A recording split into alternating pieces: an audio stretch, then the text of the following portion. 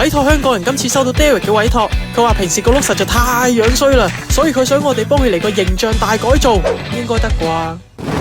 你好啊 Derek。Hello。聽講你想執一執你呢一套裝扮喎。係啊。所以我今日咧就帶咗你嚟美華士呢度幫你襯一套 vintage 衫，因為 fashion 嘅嘢我都唔係好識，所以咧我就揾咗美華士嘅人一齊去幫你襯，爽唔爽先？爽啊！期唔期待先？好期待啊！咁我哋即刻出發啦 ，Let's go！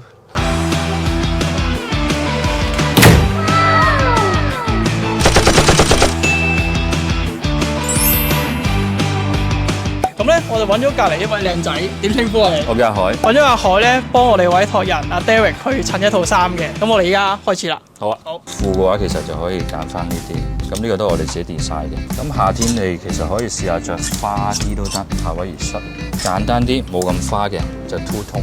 有冇話知邊嘅？呢件啦。呢件好嘅。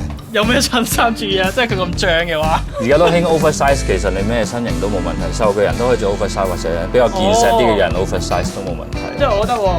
你都得，要冇揀下你咯。好，我陣間先。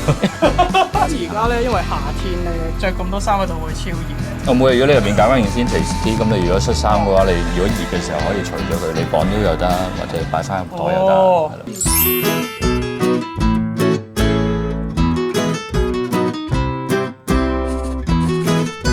點啊？今日同你襯咗呢套衫，覺得點啊？非常滿意。咁就多謝後邊嗰位叫咩名話？